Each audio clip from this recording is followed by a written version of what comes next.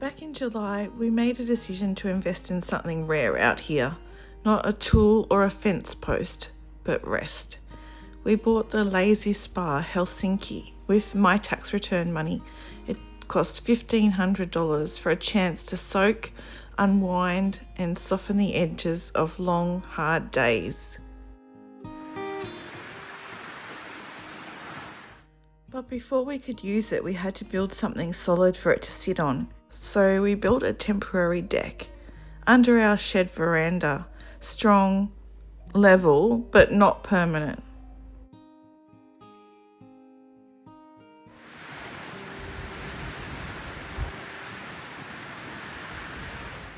We used the ToughBlock instant foundation system, those tough plastic footings that sit right in the ground. No real digging, we had to level it out though, no concrete, and a perfect temporary setup on uneven ground. The weather wasn't on our side. We had really windy, rainy days which made the work slow, but luckily we had the cover of the veranda.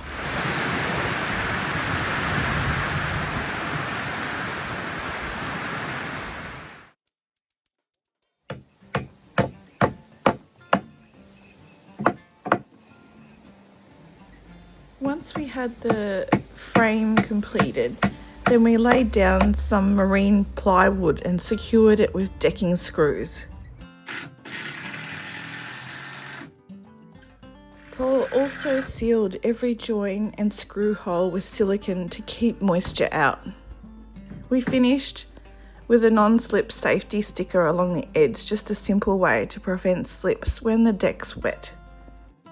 Then, after about 4 or 5 months, it was finally time to set up our Helsinki spa.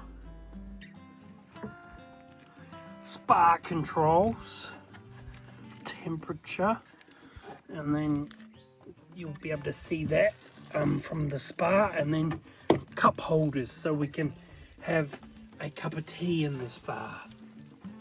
So it comes with basically the inflatable spa body, the heater, pump, filter unit, a filter cartridge, a chlorine dispenser, and a safety cover with locks. And it also comes with a hand pump with a pressure gauge. Have you read the instructions? Read the instructions.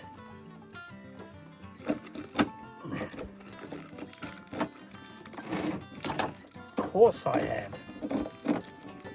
We connected the inflation hose from the pump and let it take shape. It only took a few minutes, and once inflated, we needed to manually pump it with air until it got to the correct level. So I believe you can actually buy insulation mats that can go down underneath your spa to help keep it warm. Now, there are two kinds of people in this world. Those who read the whole instruction manual before starting, and those who only crack it open when things aren't fitting right. And you can probably guess which one we are. That one there, I think, feeds the air bubbles. But right now, we need to Blow it up. blow it up first.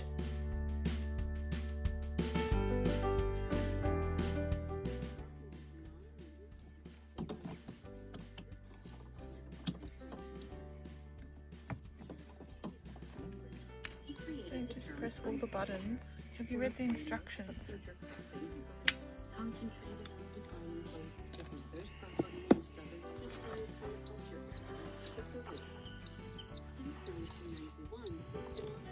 Needs Wi-Fi.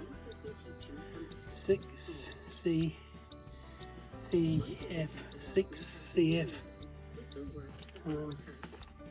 So I think that first error that we got was because we didn't have enough power going to the spa.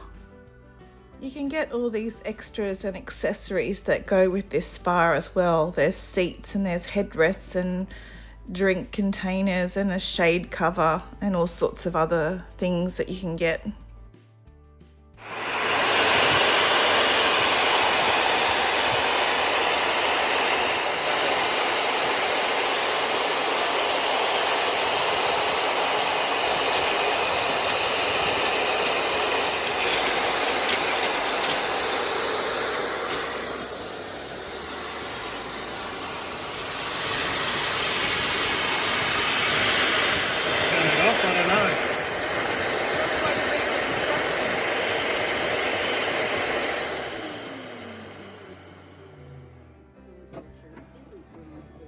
Yeah, well, the instructions are really bad.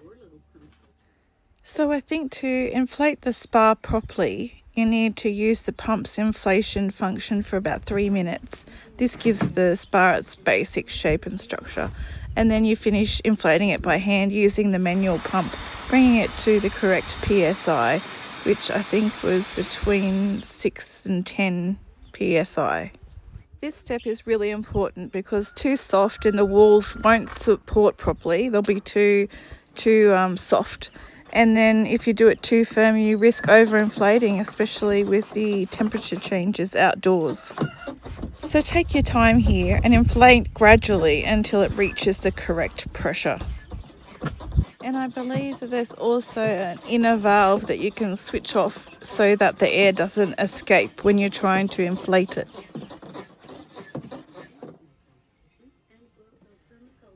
It's close to 10.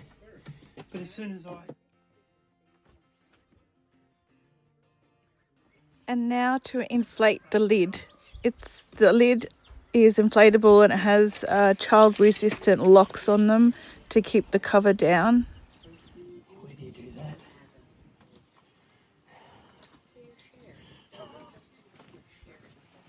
So my understanding is that this type of spa needs at least 2 hours of filtration per day. So basically it needs to have access to the power for at least 2 hours per day. So we're going to have to look at how we can manage this off the grid.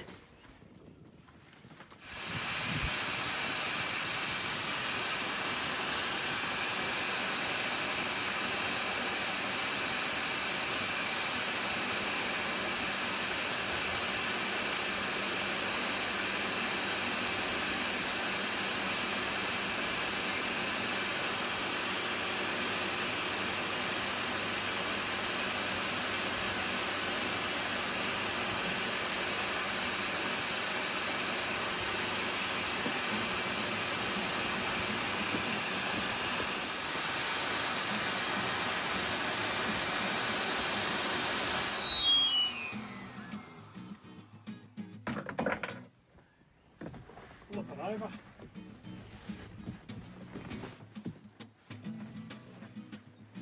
Line it up with. Whoops.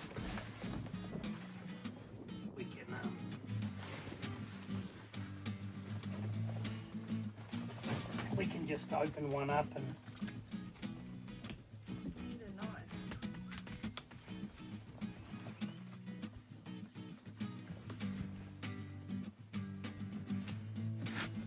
each of the child-resistant locks had been securely taped up, and so we needed to cut the tape to get to the locks.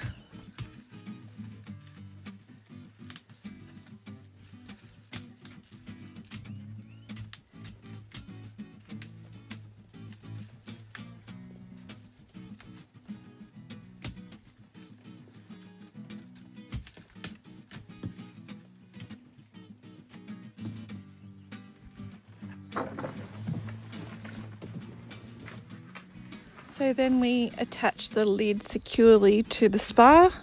So the lid also has the function of trapping in all the heat and keeping the spa warm for those cold days.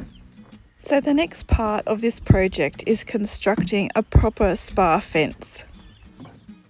So now it's time to fill up our spa with water. We use the hose from our rainwater tank to fill up the spa. no, this is 1,000 litres. Or 1,100.